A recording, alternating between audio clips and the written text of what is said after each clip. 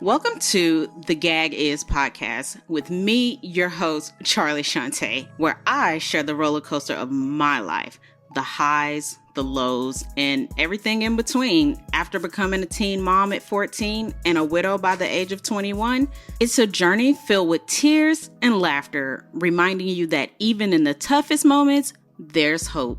The gag is, life may be unpredictable, but it's always worth living.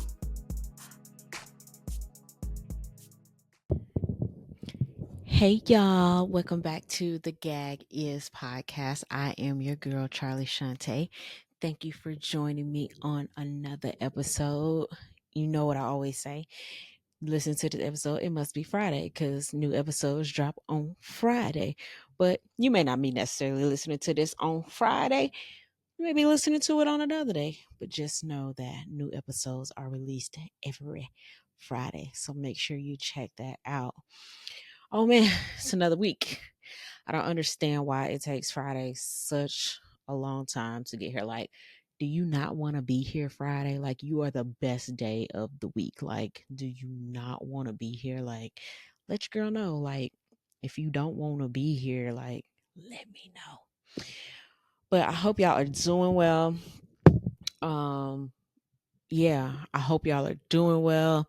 Hope everything is good with you. Hope you had a real good week. Uh, so we just gonna go ahead and jump into today's topic now. Um, I tried my hardest to be the most transparent with you guys, and sometimes that's a little hard. You put stuff out and you say things because you want to help somebody else, and you know that your story could help somebody else or give somebody else the courage that they need to deal with something or to get through something or however like that. And so today is not going to be any different. This is a topic that it's just is super sensitive. um it's super real, super raw, and super emotional, I guess however you look at it, but also it's a testimony and a testament that no matter what you're faced with and what your circumstances are, you can get through anything. So you're listening out there, somebody that needs words of encouragement on this type of topic, go ahead and send this episode over to them. You never know who is going to help. April is Alcohol Awareness Month. And when I choose my topics, I try to pick things that are relatable to me, things that I can speak upon. Because one thing I don't like is when people speak on topics that they are not familiar with. And I hold myself accountable to that as well. I don't like speaking on topics that I am not familiar with.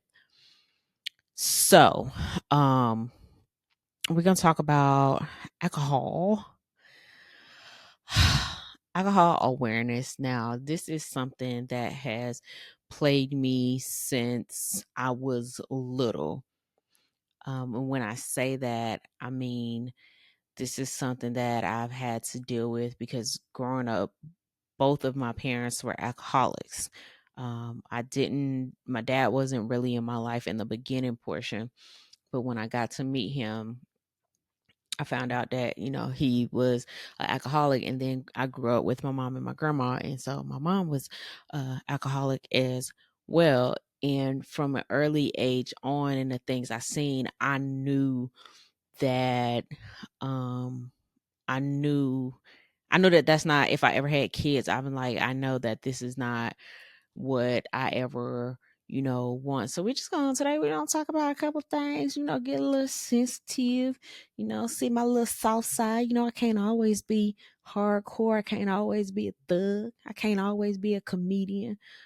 Sometimes I can be sensitive, and whatever. So we got a blend of some good stuff, some facts, and then some stories. My "You Can't Make This Up" actually is a good story. It's not funny. Well, it's funny looking back at it. It's funny, But, for all intents and purposes, it has to do with alcohol, and it's not. We'll get to that point. So April is Alcohol Awareness Month, and a lot of people don't look at alcohol as a drug, but alcohol is a drug. You got to think about it. Drugs are legal, so alcohol is no different. It's just more socially accepted because it's everywhere you go. You go out to eat somewhere, they got wine, they got alcohol, spritzers, different stuff. Like, it's there, like, you're not going to go nowhere and it's just crack laying around. It's more. Crack ain't legal, Charlotte. Are you right? Crack ain't. So, like, if you go to certain states, dang, that's not it, because weed is legal in certain. Okay, just forget that I was ever even trying to give y'all an example, okay? Because my frontal lobe ain't frontal lobing. um, so, but alcohol is legal and it's very accessible. Like I said, anywhere you go, you can get alcohol, so nobody thinks that, oh, this is a drug up here sitting on the counter. So yeah, so more than 178,000 people die from alcohol each year. That's, you say, oh, that sounds like a lot, but considering how many people we have in the world, it's like not a lot, but it's still 178,000 people too many, especially for something that is just not supposed to be. That's just not what it's supposed to be. And then alcohol death is like the number one thing that people die from that is preventable, right? So um as of the date of this recording, I have been sober for 13 months, right? I've been sober for 13 months, so I clap it up for that. I've been sober for 13 months. My decision to stop, uh, my decision to stop was, I didn't drink a lot anyway. Like, I didn't drink like how I used to, but my decision to stop was, I wasn't drinking that much. I was drinking maybe 3-4 times a year. So when I tell people that I stopped drinking, they're like, "Oh my God, you were alcoholic. You had a problem." And I'm like, "No, like, I was only drinking 3-4 times a year." And but I had noticed that when I would go out to places, that I would just always get a drink, and it was becoming like my go-to. It was becoming my vice. It was becoming how I could tolerate being outside. And I was like, I don't want this for me. And I have really bad migraines, and they started me on a medication, and they were like, you can absolutely not drink on this medication. Like, it will make you violently sick. And my goddaughter is a pharmacist, and she's like, "Nah, mama." So I stopped drinking, and I was like, I thought it was gonna be hard. I really did. I was like, how am I gonna do this? Because, like, what if I go out with my friends and they want to have a drink, like, and I'm just gonna be like, nope, I don't drink. But here I am 13 months later, sober. Now, that is not to say that I don't have moments. I call my best friend all the time, like, girl, I'm like, today might be the day that I break my sobriety, because woo, woo, woo, woo. But I hold fast. I just hold fast, because I'm like, I've come this far, and I've come too far that I can't. I'm not going back there. And people often ask me, well, are you done drinking forever, or is this just a phase? And to be honest with you, I don't know. I really don't know, but for right now, I know this is what I want. And I actually feel better than I felt in a long, long time. I I want to say I had my first drink when I was 12, and I remember it so vividly. I got it from my older brother, and my first drink was gin and juice, like super old school. Now, my brother is 10 years older than me, so he was already old enough to drink. So my first drink was gin and juice. And then I remember when I was 15, I was I had got so drunk off a bottle of Parmesan. Oh my god, like no. It was Irk and Jerk. E&J. I was like, never again, never again. And so, I shouldn't have been drinking. I know I shouldn't have been drinking. So for me to say I didn't drink no more after that for a while is wild. um, I man, I when I joined the military, it was boy. Tell you what, we was in that thing drinking, and it's crazy because I told myself when I was young, I was like, I'm not gonna drink, and I'm not gonna, because like I see my parents, and like that's not who I want to be, but this whole time, this is who I'm becoming. I remember like on the weekends, like we used to buy bottles on bottles on bottles. And then the crazy thing is, I used to drink and underage drink on top of that. And then I used to drive, y'all. Like, I don't recommend that. That is so unsafe. Looking back on it, it's so stupid. Because I could have hurt myself, could have hurt other people. Um, but yeah, like drinking like really really heavy, really, really bad. And actually, when my husband passed away, uh, they thought that I was gonna hurt myself, and so they actually came to my house and took all my knives, but left me with a refrigerator full of alcohol. And I'm like, I could drink myself into oblivion with all of this alcohol that I got in this refrigerator right here. Um, so there's there's that. And like I said, both of my parents were heavy drinkers, and I've seen a lot, and I think it definitely has shaped some of the decisions that I made. And even when I did drink, I said that I never wanted to see my kids see me the way that I've seen my parents be drunk. I said that's just one thing that I never want to do. So anytime I know I was going to drink, I would always get a babysitter for my kids, because like I said, I just didn't want that. I know how it messed me up, and I didn't want to do that to them. And so, if I would, and after a while, it got to a point where I was kind of like, well, I can drink in front of them as long as I have like one. Like I can't drink like I normally do, but if I have one, it's okay. And, so I had started getting kind of lax, like, okay, I know how to not get to that point. I don't need help, but I know how not to get to that point to where, my kids are seeing me passed out and different stuff like that. Um, I just knew I didn't want that for me. Um, my turning point was so my sadly, my dad still drinks, and it's not good.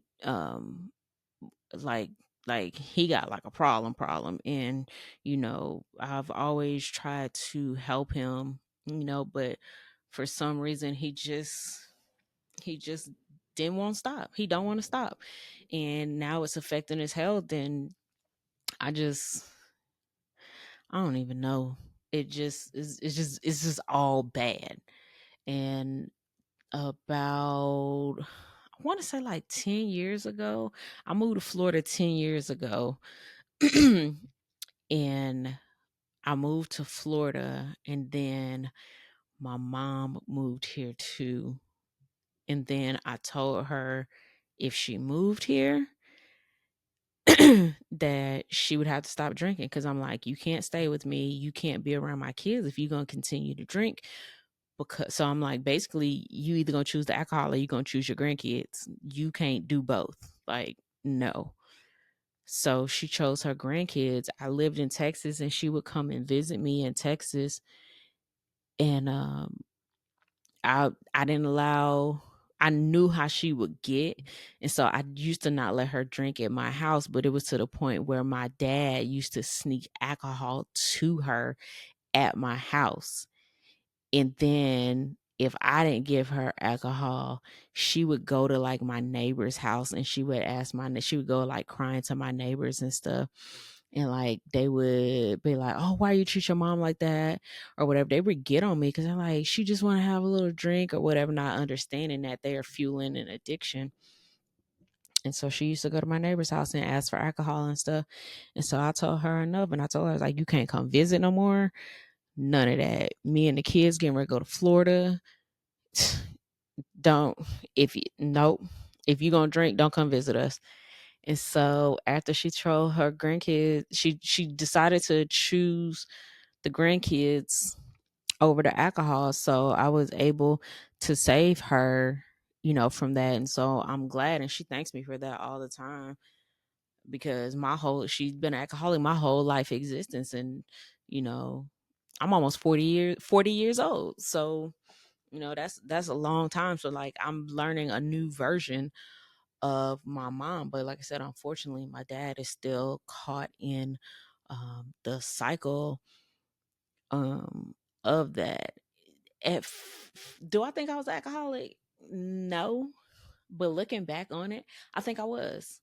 I truly think that I was, you know, but I didn't think I was an alcoholic because I didn't look like other alcoholics. Like I didn't look untamed, unkept. I wasn't sloppy. I wasn't falling everywhere. I wasn't slurring. I wasn't able to not get up.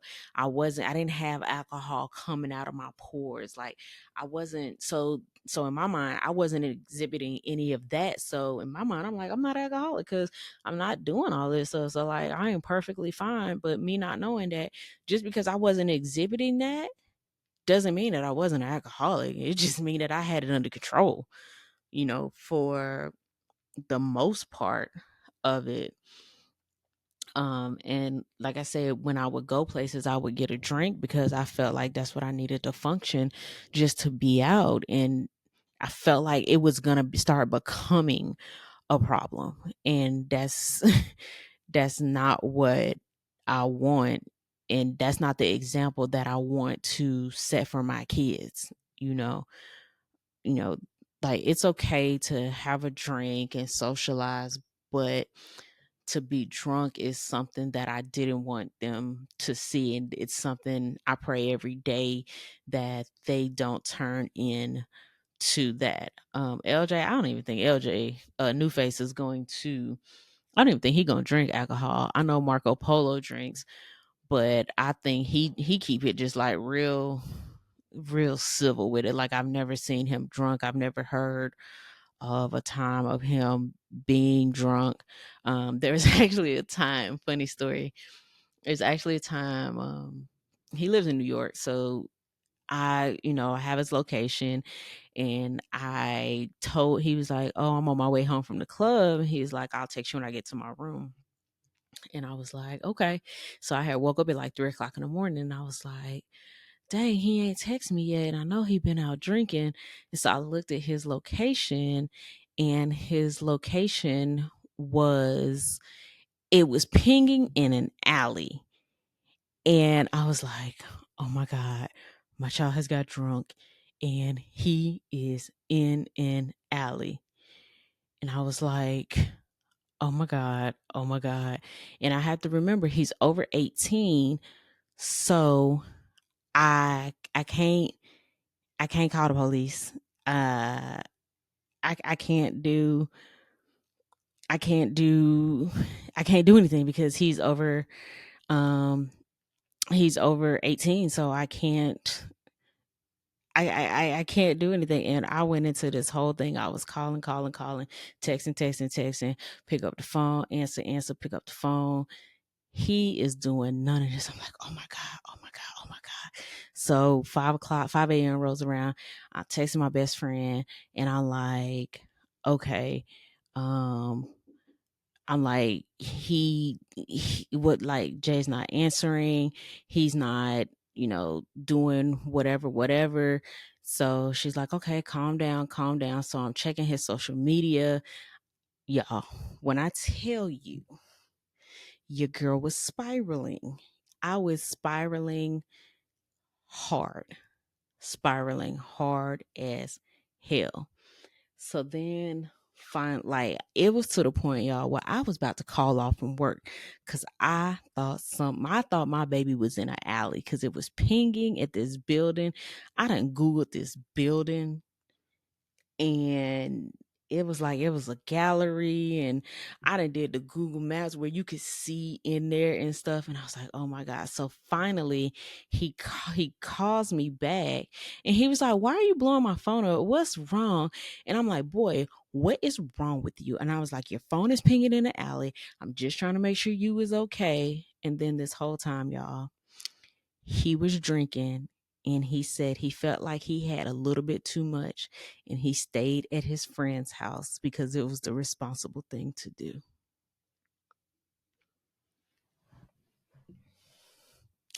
He was like, damn, he was like, you was concerned, boy. So, I mean, whew. I got to stick my legs out, yeah.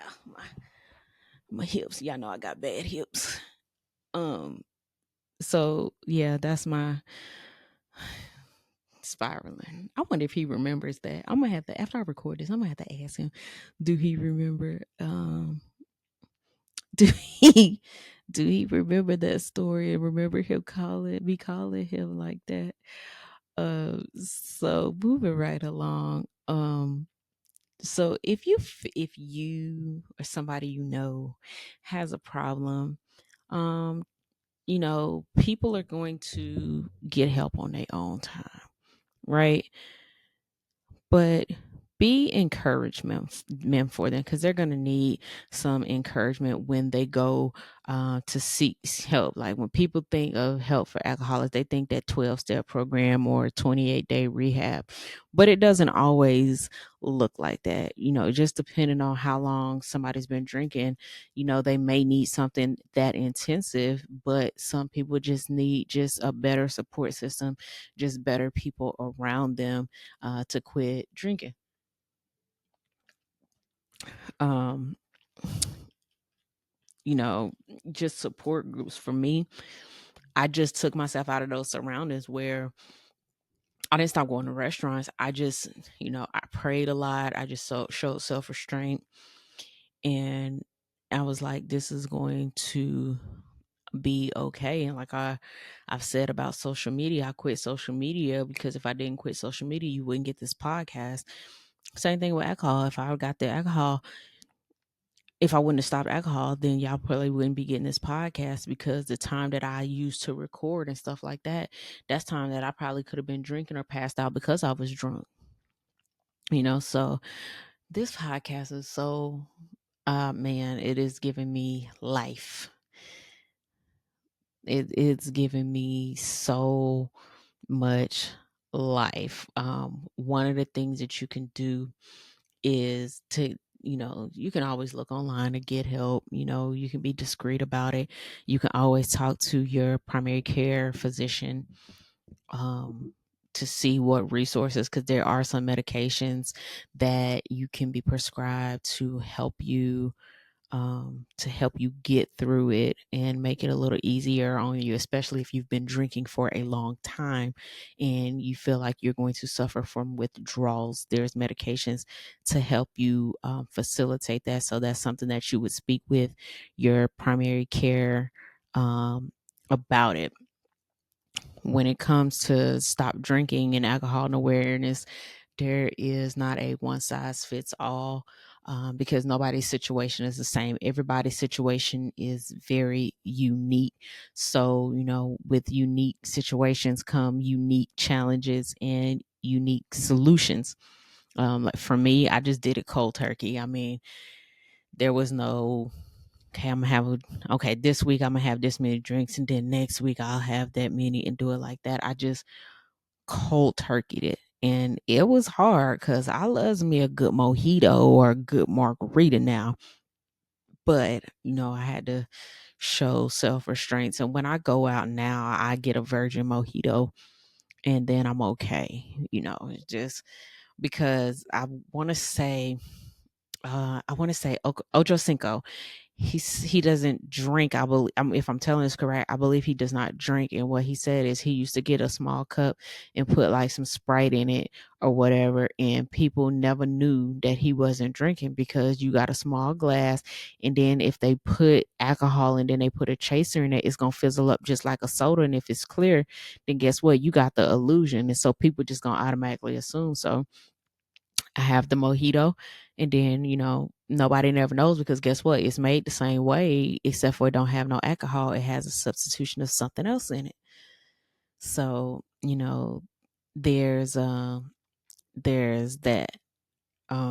I like I said, I didn't feel like I was in too deep, so that's why I never got professional help. But I do go to therapy, and I know once I get further along in therapy, I know that's something that I'm gonna have to address, just to deal with my traumas. I know that's part of my trauma, so I'm gonna have to um, deal with that. But like I said, if you or someone needs help, um, please start with your local resources. Make sure you are a friend. And make sure you be there for you. Make sure you be a good support system, because when somebody stops doing anything or seeks help for anything, the number one thing they need is a support system. So please make sure that you are that support system that they need. All right. So you can't make this up. So of course it's gonna be an alcohol related story, y'all. So one night, and I'm gonna tell the story how it is. Y'all can judge me if you want to. I really don't even care.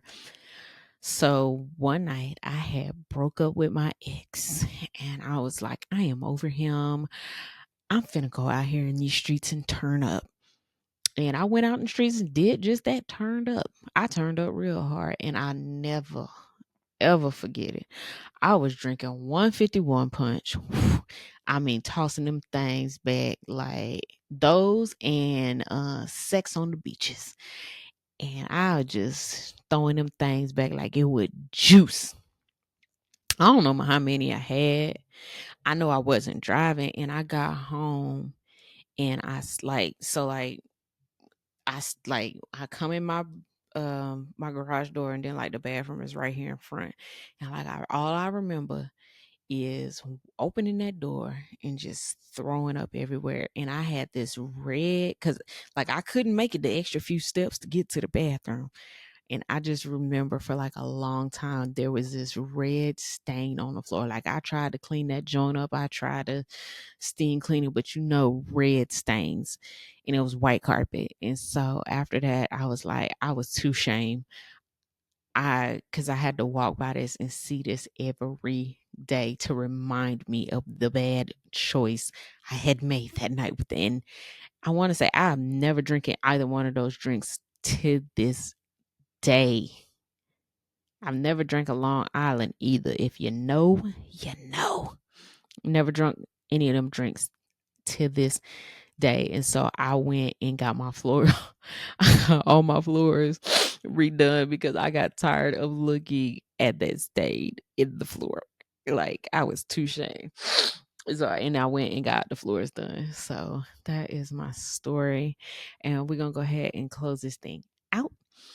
And I felt like the most, y'all know I pick songs that kind of go with what I'm talking about. And so I feel like the song that goes best with this episode is Demi Lovato, Sober, because I felt her so much on that song. It just touched my soul. It just spoke to me. So Demi Lovato, Sober is the song of the week. Thank y'all for joining me on another episode. Please remember to like, share, comment, subscribe wherever you're listening to me at. Make sure you rate me on that app. Make sure you head over to YouTube and check out the visual.